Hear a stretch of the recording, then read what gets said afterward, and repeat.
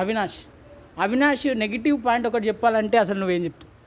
Avinash negative point ఏంటంటే first అది నామినేషన్లోకి వచ్చినప్పుడే ఎలిమినేట్ అయ్యేటోడు. కానీ నబీల్ అఫ్రీది నామినేషన్ షీల్డ్ ఇవ్వడం వల్ల సేవ్ అయ్యి ఇప్పుడు మంచిగా ఛాన్స్ కొట్టి ఫైనలిస్ట్ అయ్యిండు. నా ఉద్దేశంలోనైతే అవినాష్ ఫైనలిస్ట్ కాదు. ఇప్పుడు అవినాష్ అని కాకుండా ఇప్పుడు మళ్ళీ మనం నెక్స్ట్ పర్సన్ కోసం మాట్లాడితే ప్రేరణ.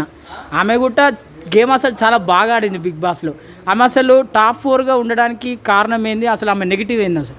ఆమె ఎప్పుడైనా మాటలు ఫ్లిప్ అవ్వడం, మాటలు జారిపోవడం వల్ల ఆమె టాప్ 4 కంటెస్టెంట్గా ఉంది. ఆ గేమ్స్ కూడా చాలా బాగా ఆడుతుంది, కానీ మాటలు అప్పుడప్పుడు ఫ్లిప్ అవ్వడం వల్ల టాప్ 4గా ఉంది.